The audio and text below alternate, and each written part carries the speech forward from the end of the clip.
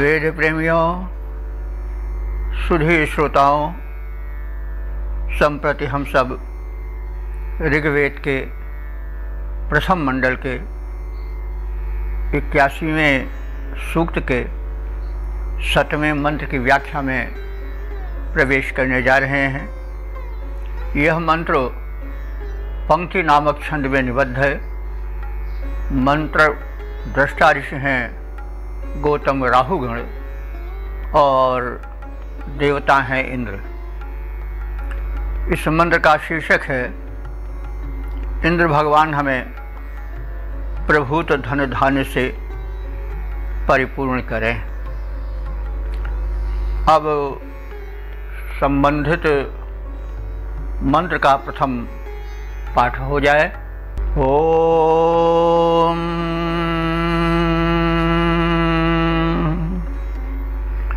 मदे मदे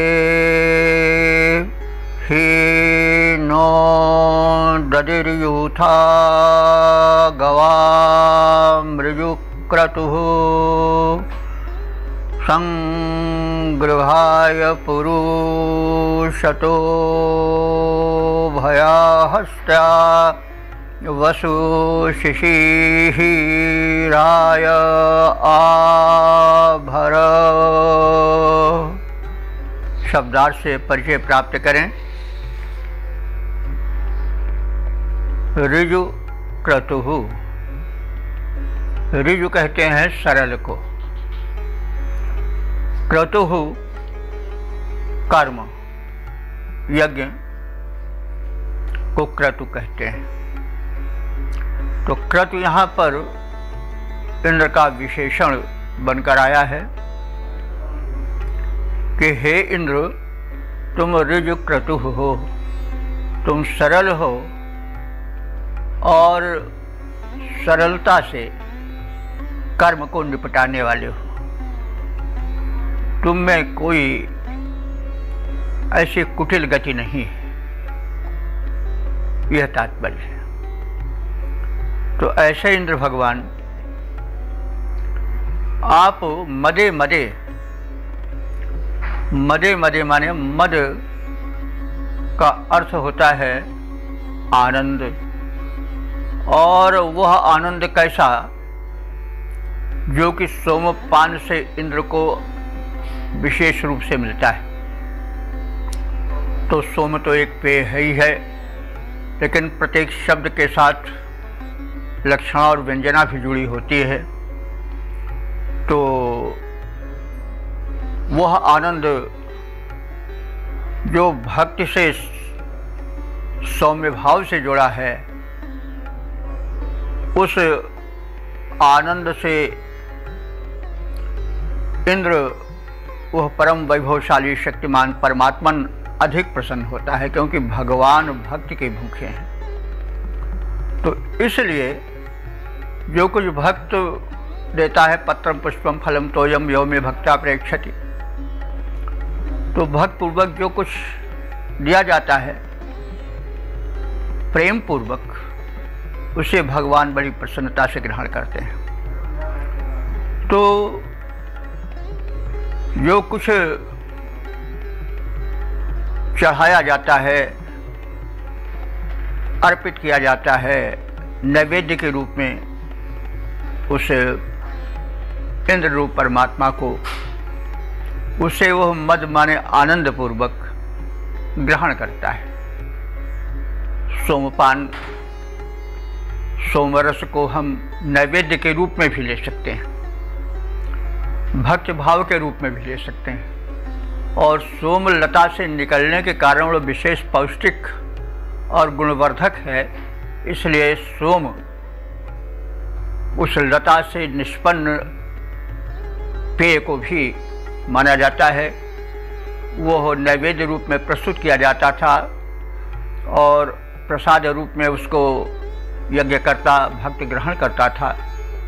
तो वह प्रसाद रूप में तो लाभ देता ही था, और साथ साथ वो पौष्टिक होता था, इसलिए और लाभ देता था। इंद्र को वो इसलिए बहुत अधिक पसंद है। तो इंद्र भगवान जो हैं वो मदे मदे माने प्रत्येक भक्ति भाव से भरे हुए नैवेद्य से प्रसन्न होते हैं। भक्त उनसे निवेदन करता है कि नह दधिहि, इस प्रसन्न हुए आप हमारे इस प्रस्तुतिकरण से, इस अर्पण से प्रसन्न हुए आप दधिहि, दधिहि माने दाता बनो, प्रदान करते जाओ। क्या? गवाम यूथः, गो शब्द का रूप है गवाम, षष्ठी बहुवचन है, तो हमें गवाम यूथः, गायों का समूह दो।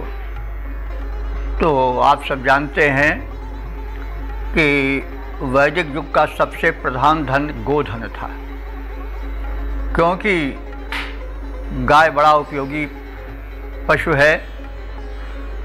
आज यह विज्ञान ने सिद्ध कर दिया है कि गो के शरीर से छूकर निकलने वाला वायु या पवन रुजहारी है, कृमिनाशक है, उसका मलमूत्र भी गुणकारी है, उसका दुग्ध तो अमृत है।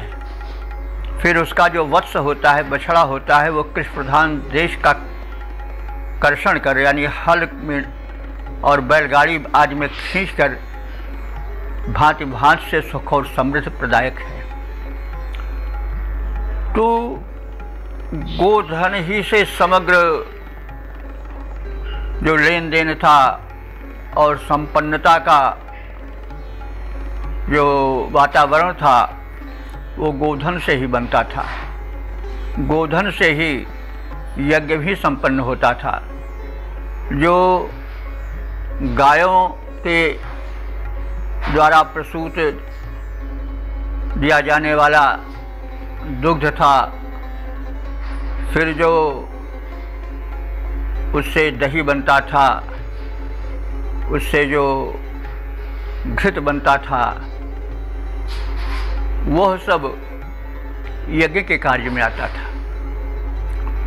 तो लोक कार्य और उपयोगी कार्य, कृषि आदि के कर्म और अन्य कर्म तथा यज्ञ कर्म गो के माध्यम से ही सुसंपन्न होते थे। इसलिए गोधन की बड़ी जो है वो कामना की गई है वेद मंत्रों में। और गो के कई अर्थ होते हैं। गो माने इंद्रिय भी होता है, गो माने पृथ्वी भी होता है, गो माने किरण भी होता है। तो हम चाहें तो अन्य अर्थ भी जोड़ सकते हैं। हमें सबल इंद्रियां दो, हमें भूमि दो गो, और हमें किरणें यानी प्रकाश की किरणें दो, ज्ञान की किरणें दो। चाहें तो हम यह अर्थ भी निकाल सकते हैं। तो हे इंद्र, आप हमारे नैवेद्य स्वरूप प्रस्तुत सोम रस के पान में आनंदित होकर के और संतुष्ट होकर के गायाम यूथः, गायों के झुंड दधिः माने प्रदान करो। पुरुषता उभया हस्त्या, पुरुषता माने पुरु माने प्रभूत, विपुल, शत माने सैकड़ों, सैकड़ों भी अनंतता का वाचक है। तो हमें सैकड़ों प्रकार के विपुल धन को देने के लिए उन्हें हस्त्या अपने हाथों में संग्रहाय, संग्रहाय माने ग्रहण करो।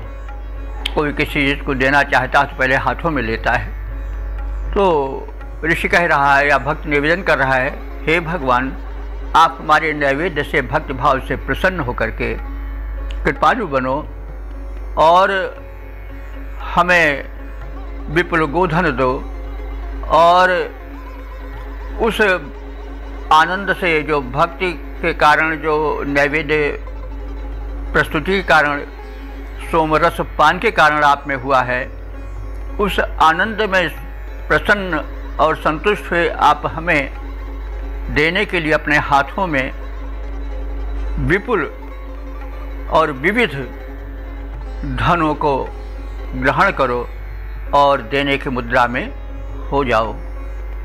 और रायः आभर, रय या रई धन को कहते हैं, रई का बहुवचन है रायः।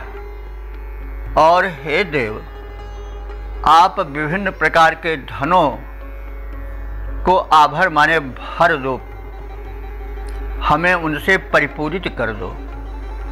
तो जैसे आप लोग जानते भी हैं, हम समय समय पर कहते भी आए हैं कि धन का अर्थ केवल द्रव्यजन्य धन या मुद्राजन्य धन ही नहीं समझना चाहिए। धन की विपुल कोटियाँ हैं, यहाँ तक कि संतोष भी एक धन है। जो आवे संतोष धन, सब धन धूरि समान।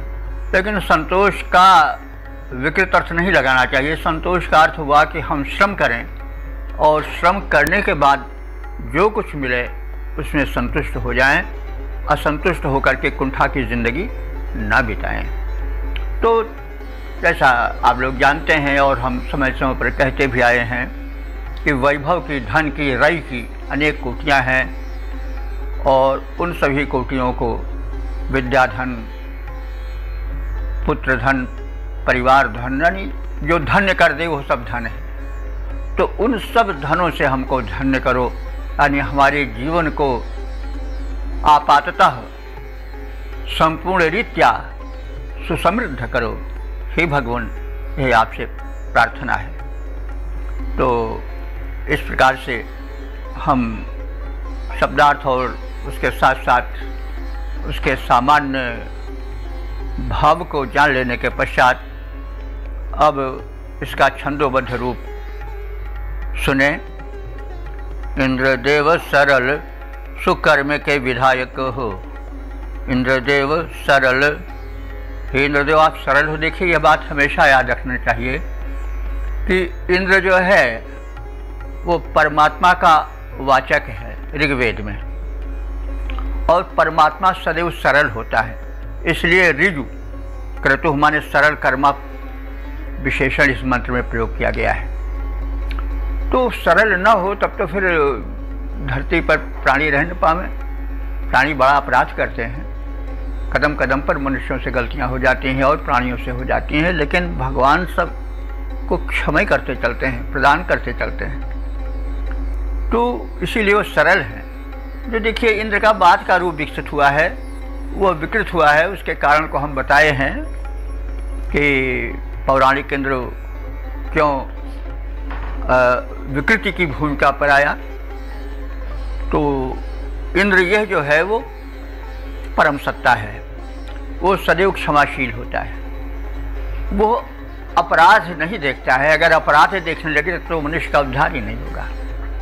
तो इसीलिए इंद्र को जो विशेषण यहाँ दिया गया है वो ऋजु दिया गया है। वो बड़ा सरल है। सरल वो है जो तमाम गलतियों को क्षमा भी कर दे और अपनी सहायता को, अपने अनुदान को बंद न करे। रुष्ट हो गया तो फिर वृष्टि हो जाएगा। तो इसलिए इंद्रदेव सरल सुकर्म के विधायक हो। भक्तों को प्रसन्न कर देते धन दान दे। भक्त को प्रसन्न कर देते धन दान दे। मंगल सदा ही किया करते प्रदान तुम। झुंड झुंड गायों के समेत बहु मान दे। हाथों में ग्रहण कर सैकड़ों प्रकार धन। मेरे भाग्य को समारो अन्न धन खान दे। ऐश्वर्य बढ़ावो अपनावो भली भांति नाथ। हमको बनावो धन्य बहु धन धान्य दे। हमको बनावो धन्य बहु धन धान्य दे। ओम। वेद प्रेमियों, सुधी श्रोताओं, संप्रति हम सब ऋग्वेद के प्रथम मंडल के 21वें सूक्त के 8वें मंत्र की व्याख्या में प्रवेश करने जा रहे हैं। इस मंत्र के दृष्टा ऋषि हैं गौतम राहुगण।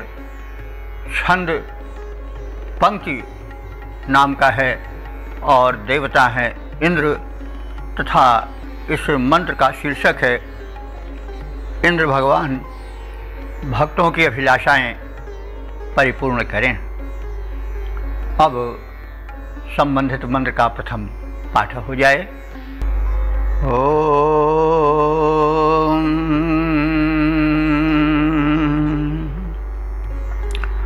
मादयस्व सुते सचा शवसे शूर राधसे विद्माहित्वा पुरुवसु मुप कामांत ससृज्महे था नो विता भव। शब्दार्थ से परिचय प्राप्त करें। शूर, शूर माने हे शूरवीर इंद्र। शव से राधसे, शव शब्द का अर्थ होता है बल और चतुर्थी उसका है शव से, प्रयोजनार्थ।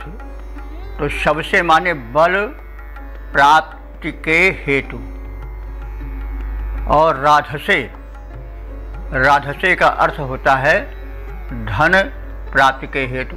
चतुर्थी है दोनों, राध शब्द होता है, राध धन को कहते हैं। राधनोति साधनोति कार्याणि इति राधा। जो कार्यों को सिद्ध कर दे वो राध है, धन है। कैसा भी कार्य हो, यदि धन रहता है तो उसके माध्यम से वो सिद्ध किया जा सकता है, इसीलिए उसको राध कहा गया है। और उसका चतुर्थी गोचन है राध से। तो मनुष्य में दो चीज़ें परमावश्यक हैं। क्या? उसमें शव हो, शव माने शक्ति हो, और धन हो। धन की विविध कोटियां हैं, जैसे पहले कहा जा चुका है। तो धन बिनु नर जैसे पक्षी बिनु पर के। धन न रहे तो नर कैसा हो जाता है? जैसे बिना पंख के पक्षी। तो इसलिए जो उपासक है, ऋषि है, वह उस परमात्मा से धन की कांक्षा करता है, क्योंकि धन ही धन्य कर पाता है। और शव से धन हो लेकिन शक्ति न हो। शक्तियाँ भी विविध कोटियों की हैं। आचरण की शक्ति सबसे बड़ी शक्ति है। हेल्थ इज वेल्थ, तो शक्ति है ही है। स्वास्थ्य है, आचरण है, सब शक्तियाँ हैं। तो केवल शारीरिक शक्ति ही नहीं, भौतिक शक्ति ही नहीं, वरन आध्यात्मिक शक्ति भी उससे जुड़ी है। तो जो ऋषि है, जो भक्त है, वो उस परम शक्तिमान से शक्ति मांग रहा है और धन मांग रहा है। इसीलिए वो कह रहा है कि हे शूरवीर इंद्र परमात्मन, हम तुम्हारी आराधना कर रहे हैं, तुम्हें स्मरण कर रहे हैं, कांक्षा कर रहे हैं, याचना कर रहे हैं। किसके लिए? शव से, अपने में शक्ति के लिए, और राधसे माने धन वैभव के लिए। अब आप आओ। और सुते, सुते कहते हैं निचोड़ा गया। तो क्या निचोड़ा गया? सोमरस, जो कि नैवेद्य है। आपके स्वागतार्थ जो निचोड़ा हुआ सोमरस है, उसके पान हेतु आओ।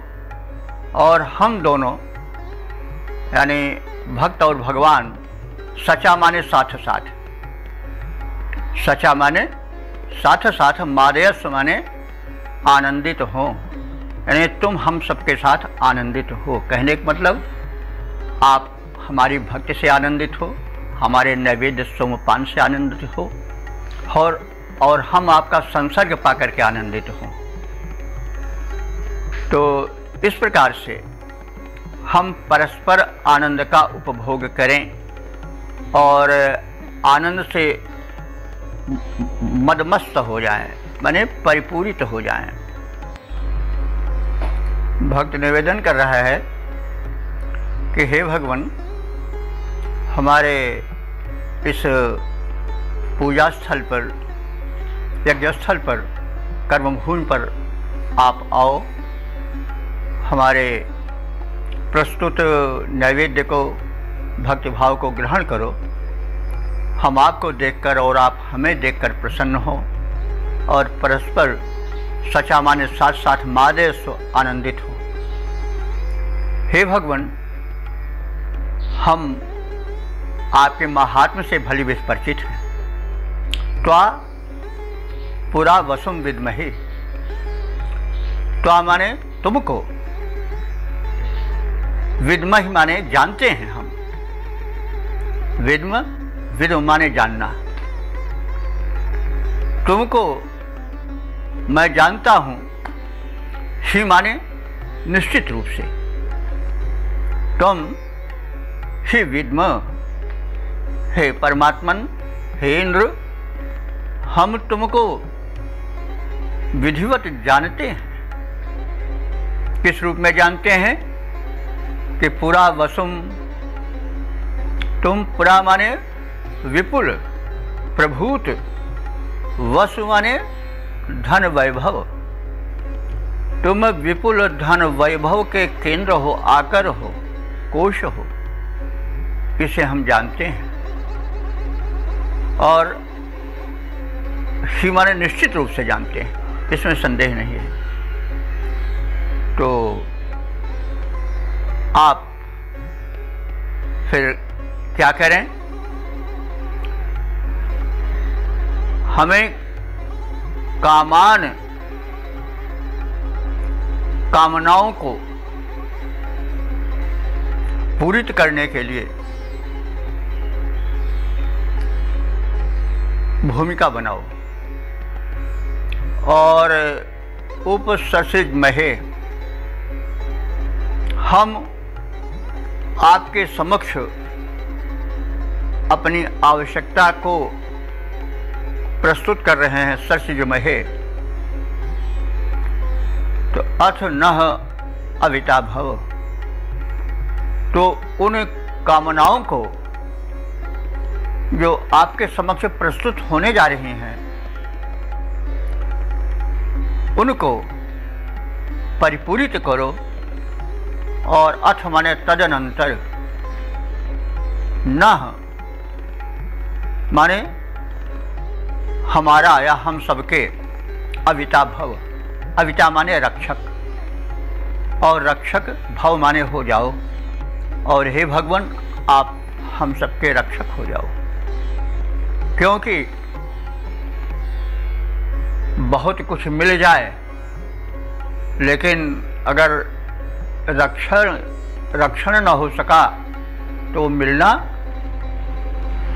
बराबर, और कभी कभी तो कष्टप्रद भी हो सकता है। जैसे धन मिल गया और धन की रक्षा करने का वातावरण न रहा, परिस्थिति न रही, तो चोर लुटेरे प्रवेश करके धन भी लूट लेंगे और हो सकता है कि क्षत विक्षत कर दें, प्राण भी हरण कर लें। इसलिए ऋषि बड़ा चतुर है, बड़ा ज्ञाता है, बड़ा व्यापक है।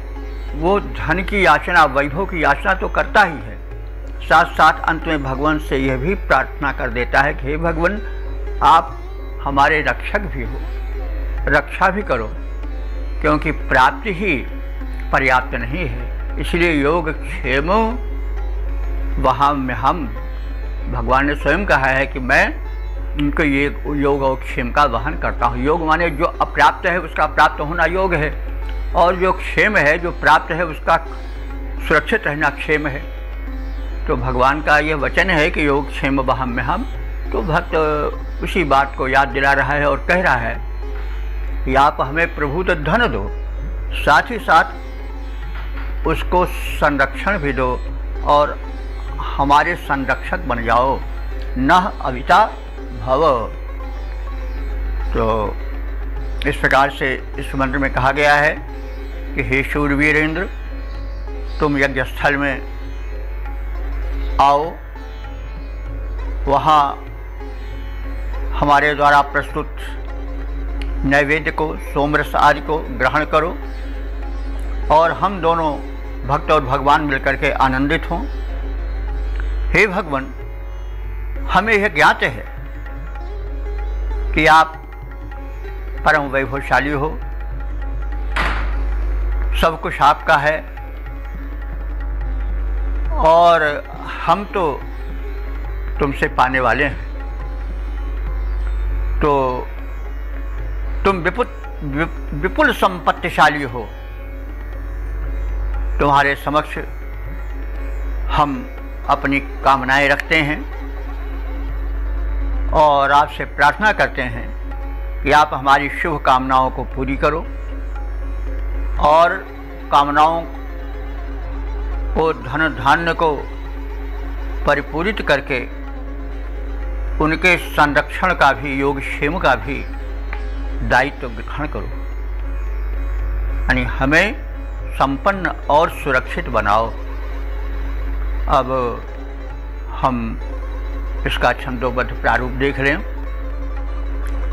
साथ साथ यज्ञजन्य आनंदोपभोग हेतु शूरवीर इंद्र यज्ञ भूमि पर आइए, हमें यह बात ज्ञात वैभव के खान तुम, इंद्र भगवान बात मान मेरी जाइए। जीवन की वाटिका में कामना के फूल खिले, चरणों में अर्पित हैं उन्हें अपनाइए। कामनाएं पूरी करो, हरु दोष कोष सब, रक्षक हमारे बनो संकट हटाइए।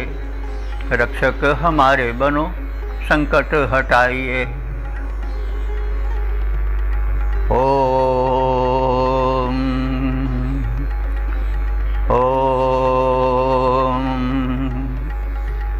वेद प्रेमियों, सुधी श्रोताओं, संप्रति हम सब ऋग्वेद के प्रथम मंडल के 81वें सूक्त के 9वें मंत्र की व्याख्या में प्रवेश करने जा रहे हैं। यह मंत्र पंक्ति नामक छंद में निबद्ध है।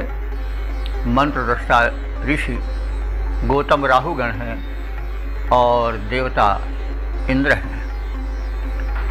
विषय या शीर्षक है, इंद्र कृपणों से धन छीन कर उदार दानियों को प्रदान करें। अब संबंधित मंत्र का प्रथम पाठ हो जाए। ओम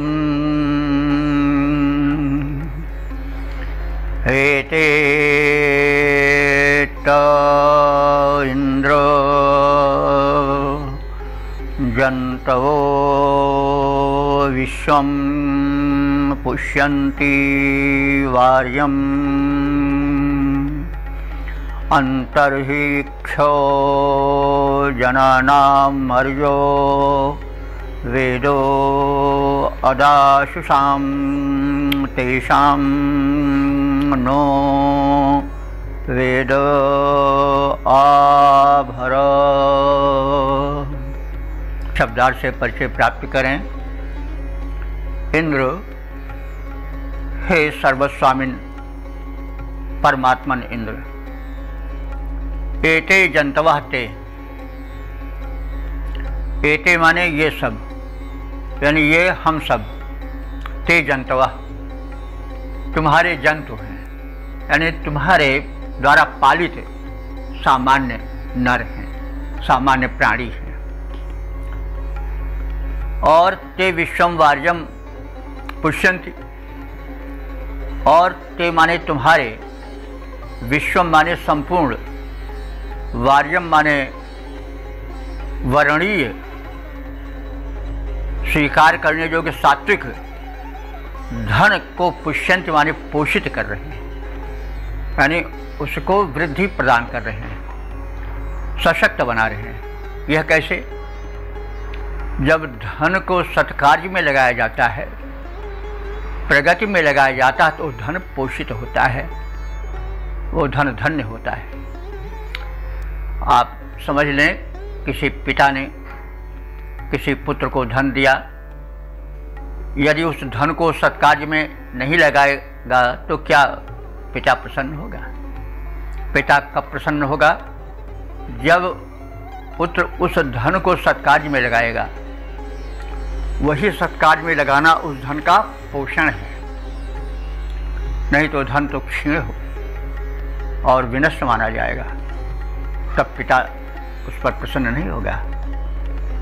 तो इसीलिए भक्त निवेदन कर रहा है, ऋषि निवेदन कर रहा है कि जो तुम्हारे द्वारा प्रदत्त संपूर्ण वर्णीय उत्तम कोटि का धन है, उसको हम सब पोषित कर रहे हैं, यानी सत्कार्यों में लगा करके प्रगति पथ को प्रशस्त कर रहे हैं और उसे वृद्धि प्रदान कर रहे हैं। और यह आगे फिर निवेदन करता है ऋषि अथवा भक्त कि हे स्वामिन, आप अर्य, आप श्रेष्ठ स्वामी हो।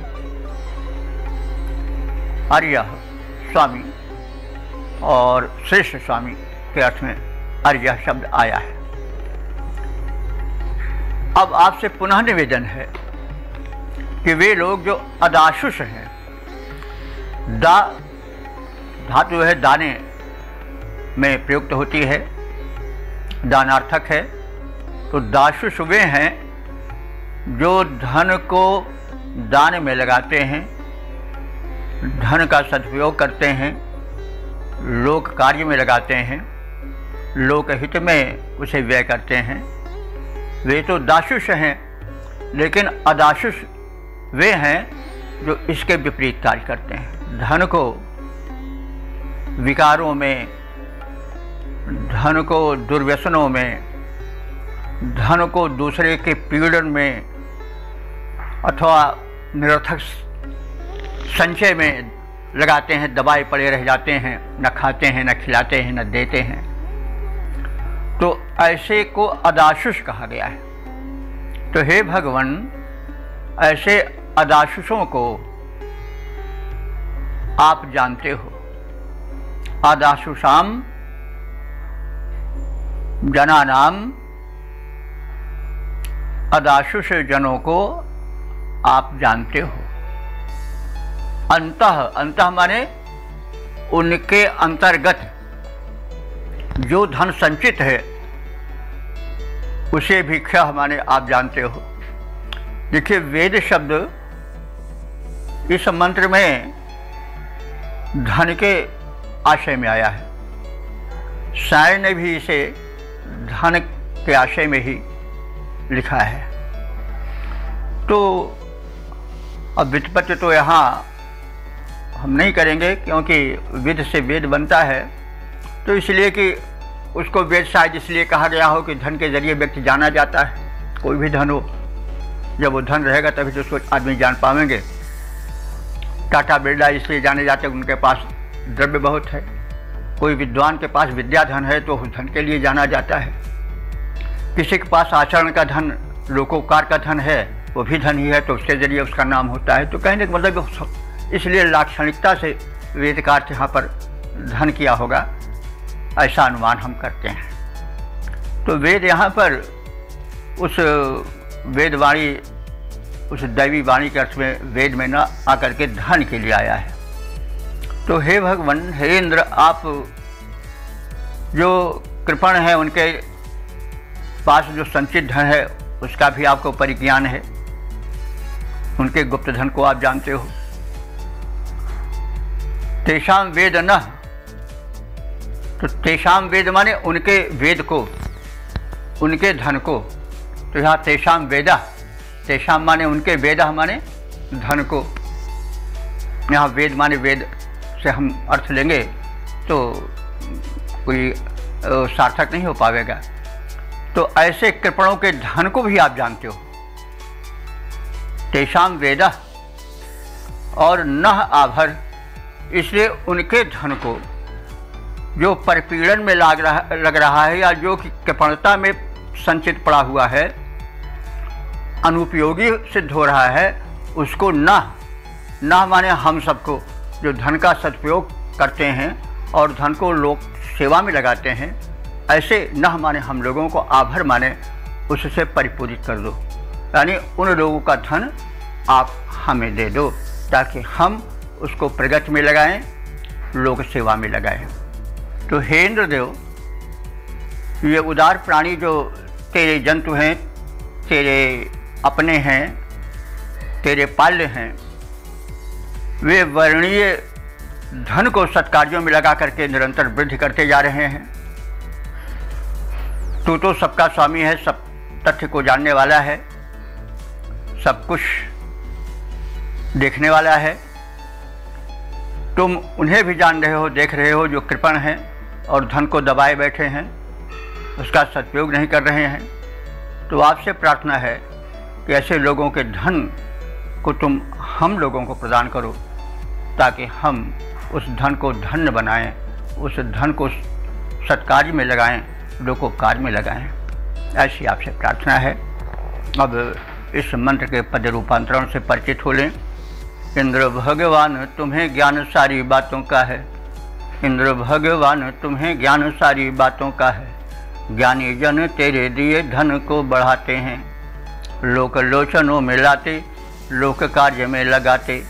यज्ञ हैं रचाते, हव्य देवों को चढ़ाते हैं, किंतु जो कृपण अनुदार धन पाते, उसे लोक लोचनों से दूर गाड़े रहे जाते हैं।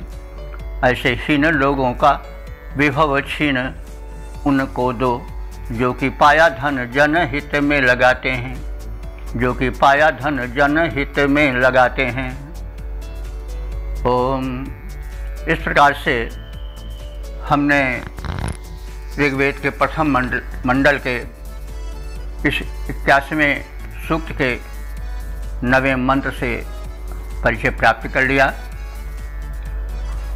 इस सूक्त में 9 मंत्र हैं जिनकी व्याख्या हम लोग अभी जाने, उनसे परिचय प्राप्त किए।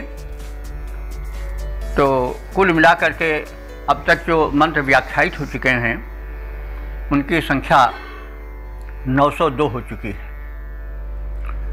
इस सूक्त के जो 9 मंत्र हैं वे सब के सब पंक्ति नामक छंद में निबद्ध हैं। उनके मंत्र दृष्टा ऋषि गौतम राहुगण हैं और सभी छंद, सभी मंत्र इंद्रदेव को समर्पित हैं। इंद्रदेव के विषय में हम सब बहुत कुछ जान चुके हैं। जो विश्व का सबसे बड़ा आलेख है, जीवन को सुसंचालित करने का मंत्र है, साधन है, सूत्र है, वो ऋग्वेद है। और उस ऋग्वेद ने, ऋषियों ने सृष्टि के संचालक जिस उस परम शक्ति को अपने दिव्य दृष्टि से देखा, अनुभव किया, उस शक्ति को उन्होंने सर्वप्रथम इंद्र नाम दिया। इंद्र का अर्थ होता है स्वामी, सबका मालिक, सबका शासक, प्रशासक। तो वह इंद्र ही, जैसा कहा जाता आया है कि बाद में भिन्न भिन्न नामों से भिन्न भिन्न धर्मों में, संप्रदायों में नामित हुआ, लेकिन है तो वही शक्ति। तो उस परम शक्ति का नाम इंद्र है। उस परम शक्ति जो कि इंद्र है, स्वामी है, सर्वशक्ति संपन्न, सर्वतंत्र स्वतंत्र है, उसको यह सूक्त समर्पित है। और इस सूक्त में उसकी महिमा का गुणगान किया गया है। पहले मंत्र में ऋषि ने प्रार्थना की है कि वह परम शक्तिमान हम सबके जीवन में शक्ति दे और जीवन युद्ध में हमें विजय दे। दूसरे मंत्र में उस परम सामर्थ्यपूर्ण परमात्मा से सामर्थ्य वृद्धि की कामना ऋषि ने की है। तीसरे मंत्र में जीवन एक युद्ध है यह बताया गया है और उस परम देव से प्रार्थना की गई है कि इस युद्ध में हम भगोड़े न बने, लेकिन हम खोए भी नहीं, हम उसमें उपलब्धि प्राप्त करते जाएं। चौथे मंत्र में कहा गया है कि इंद्र की भक्ति और उनकी महिमा का प्रचार प्रसार होना चाहिए, क्योंकि हम जब आस्तिक होते हैं, जब एक परम शक्ति की छाया में रहते हैं, उसका साक्षात प्रत्यक्ष और जीवित अनुभव करते हैं, तो इसका लाभ यह होता है कि ना तो हम निरंकुश बनते हैं और न हम निराश बनते हैं। निरंकुश बनना भी बहुत बुरा है और निराश हताश हो जाना भी ठीक नहीं है। तो जब हम यह विश्वास करते हैं, जीवित विश्वास करते हैं कि एक परम शक्ति है, तो फिर हम यह विचार करते हैं कि अनाथ कौन है यहाँ, त्रिलोकनाथ साथ हैं, दयालु दीन बंधु के बड़े विशाल हाथ हैं, तो अतीव भाग्यहीन है अधीर भाव जो भरे। और फिर वह अहंकार में भी नहीं डूबता कि हमारे बराबर है कौन, हम जो चाहें वो करें, हमारा कोई क्या कर लेगा, यह भी खराब है।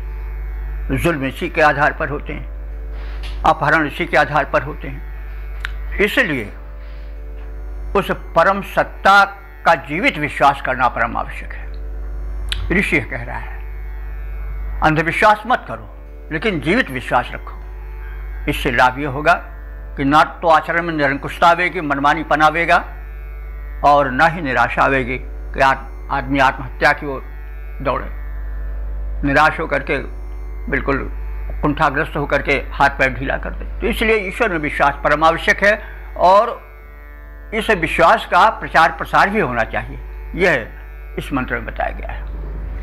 और इंद्र की शक्ति और इसकी महिमा का प्रचार प्रसार हो।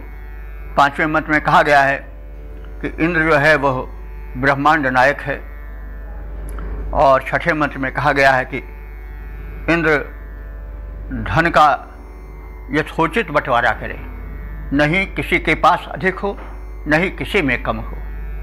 तो इंद्र को जैसे हमने पहले निवेदन किया कि इंद्र जो है वो शासक कोटि में है, तो जो शासक हैं, प्रशासक हैं, जो राष्ट्राध्यक्ष हैं, उनको इंद्र के गुण का अनुसरण करना चाहिए और जैसा बताया जा रहा है वैसा करना चाहिए। इंद्र के आचरण से शिक्षा लेनी चाहिए, क्योंकि बड़ों के ही आचरण को छोटे लोग ग्रहण करते हैं और तभी कल्याण होता है। तो इंद्र ब्रह्मांड नायक है और इंद्र धन का यथोचित बंटवारा करे, उसी के आधार पर जो राष्ट्राध्यक्ष हैं वो भी धन का बंटवारा करें। किसी के पास बहुत धन न रह जाए और किसी के पास ऐसा न हो कि बिल्कुल उसको दो रोटी के लिए तरसना पड़े।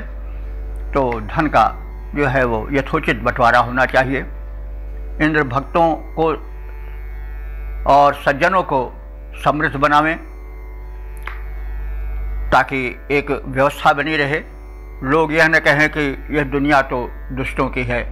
प्राय सुना जाता है कि भाई सज्जनता किस काम की, यह भी सुना जाता है। तो यह न हो, लोग हार करके यह न माने कि शुभ कर्म मत करो, क्योंकि शुभ कर्म करने वाले ठोकर खाते हैं। तो यह बात नहीं होनी चाहिए। इसलिए जो इंद्र है वो भक्तों को बढ़ाएं, उनको समृद्ध करें, ताकि यह धारणा पुष्ट हो कि जो भगवत भक्त हैं, जो सदाचारी हैं, वे ही समृद्ध बनते हैं, वही सुखी रहते हैं, दुराचारी नहीं। तो एक सकारात्मक भावना का प्रचार प्रसार हो। तो यह भगवान तो करते ही हैं और जो शासक हैं उनके अनुकरण पर वे भी ऐसा ही करें। और 8वें मंत्र में ये भी कहा गया है कि भक्त जो है वो भक्तों की अथवा सज्जनों की अभिलाषाएं पूरी करते रहें, ताकि उन पर विश्वास अटल बना रहे। और 90वें मंत्र में यह प्रार्थना की गई है कि इंद्र कृपणों के जो धन को दबाए पड़े रहते हैं अथवा धन को सत्कार्य में नहीं लगाते हैं, लोक हित में ही लगाते हैं, उनके धन को छीन करके उनको धन प्रदान करें जो लोकोपकारी हैं, लोकहित में धन को लगाते हैं। तो इस प्रकार से यह सूक्त अपने समापन को प्राप्त हुआ है। अब हम सब अग्रिम व्याख्याक्रम में जब प्रवेश करेंगे तो वो सूक्त होगा ऋग्वेद के प्रथम मंडल का 82वां सूक्त, और उसकी व्याख्या हम अगले व्याख्याक्रम में